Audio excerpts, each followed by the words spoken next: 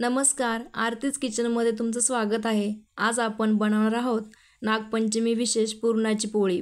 पुरणपोळी बनवण्यासाठी मी इथे 1 वाटी हरभऱ्याची डाळ घेतलेली आहे। डाळ मी स्वच्छ 2 पाण्याने धुवून घेणार आहे। डाळ मी इथे स्वच्छ धुवून घेतलेली आहे। डाळ शिजवण्यासाठी मी इथे 3 वाट्या पाणी गरम करून घेणार आहे। पाण्याला आपल्या मस्त अशी उकळी आलेली आहे। आता मी याच्यामध्ये 1 चमचा तूप टाकून घेते। हळदीचा वापर मी ते केलेला नाही, तुम्हाला जर हवा असेल तर तुम्ही हळद टाकू शकता। आता मी याच्यामध्ये डाळ टाकून घेते।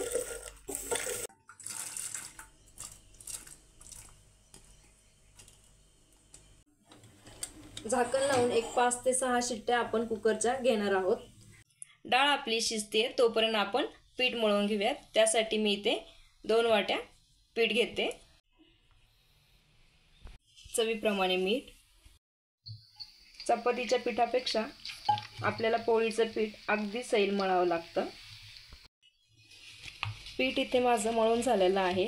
मी इथे फक्त गव्हाच्या पिठाचा वापर केलेला आहे, मैदा वापरलेला नाही, तुम्ही पाहू शकता। आता थोडंसं तेलाने थोडंसं मळून घेतलेलं आहे।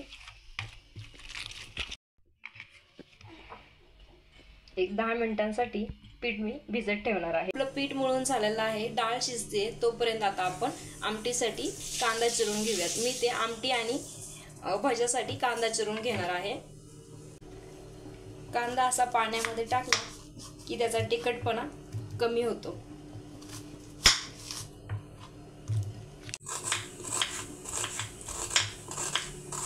मी ते आमटीसाठी असा उभा कांदा चिरून घेत आहे।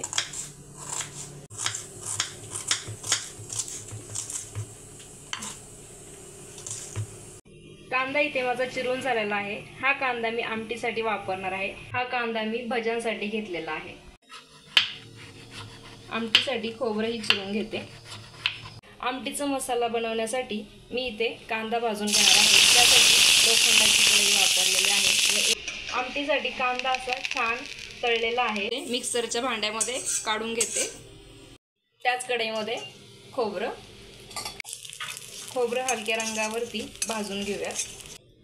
कांदा आणि खोबरं मी भाजून घेतलेलं आहे। 1 कांडी लसणाची, कढीपत्ता,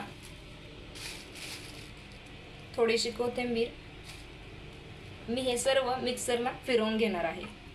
याच्यामध्ये पाणी टाकून पुन्हा एकदा थोडंसं फिरवून घेणार आहे। आमटीचा मसाला इथे बनवून तयार आहे। डाळ इथे आपली मस्त अशी शिजलेली आहे। डाळ मी इथे चाळणीवरती काढून घेतलेली आहे। आता आपण भात लावून घेऊयात। त्यासाठी मी इथे 1 वाटी तांदूळ घेतलेला आहे। 1 वाटी तांदळासाठी मी इथे 2 वाट्या पाणी घेत आहे। आमटीला दाटसरपणा येण्यासाठी मी इथे थोडीशी डाळ साईडला काढून घेते। ही डाळ आपल्याला मिक्सरला फिरवून घ्यायची आहे। आता आपण पुरणाला चटका देऊन घेऊयात। 1 वाटी डाळीसाठी मी इथे 1 वाटी गूळ घेतलेला आहे। गूळ मी चिरून घेतलेला आहे। तुम्ही पाहू शकता गूळ टाकल्यानंतर मिश्रण आता आपलं हळूहळू सैल होते। पुरण आपलं झालेलं आहे। मी आता थोडं जायफळ त्याच्यामध्ये किसून टाकते। गॅस मी आता बंद करते। पुरण गरम असतानाच मी त्याला वाटून घेते। पुरण वाटून झालेलं आहे। पुरण थंड होते तोपर्यंत आपण आमटी बनवून घेऊयात। आमटी बनवण्यासाठी मी इथे कढईमध्ये तेल गरम करण्यासाठी ठेवलेलं आहे।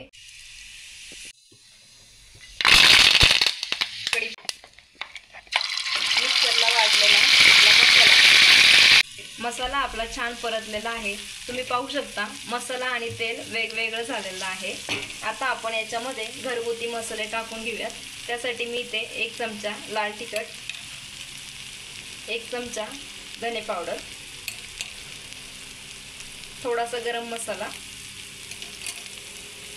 1 चमचा कांदा लसूण मसाला आणि हा घरगुती मसाला। याच्यामध्ये बारीक चिरलेली कोथिंबीर, आता डाळीचं जे पाणी होतं ते,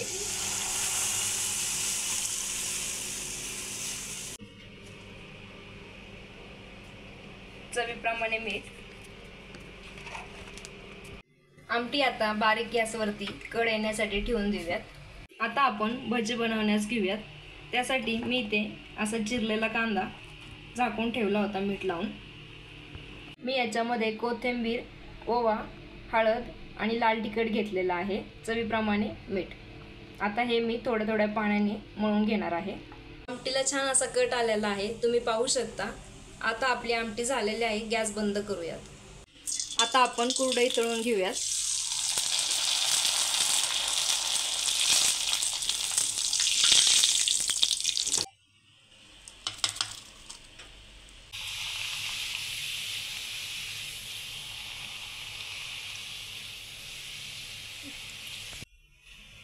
भजी सोडून घेऊयात.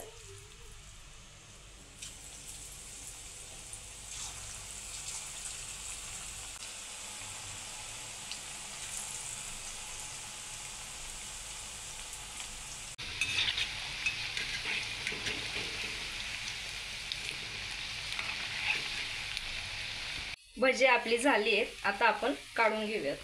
तुम्ही पाहू शकता पीठ आपलं छान मस्त असं भिजलेलं आहे. मी याला तेलाचा हात लावून मळून घेते आणि आपण आता पोळी बनवण्यास घेऊया. पोळी बनवताना कणकेचा छोटासा गोळा घ्यायचा आहे.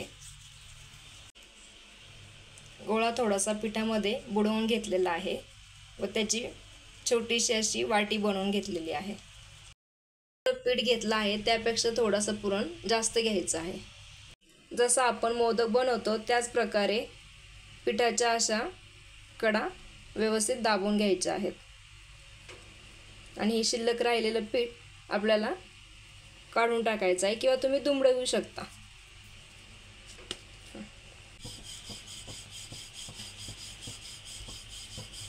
पोळी लाटताना नेहमी एकसारखी लाटावी.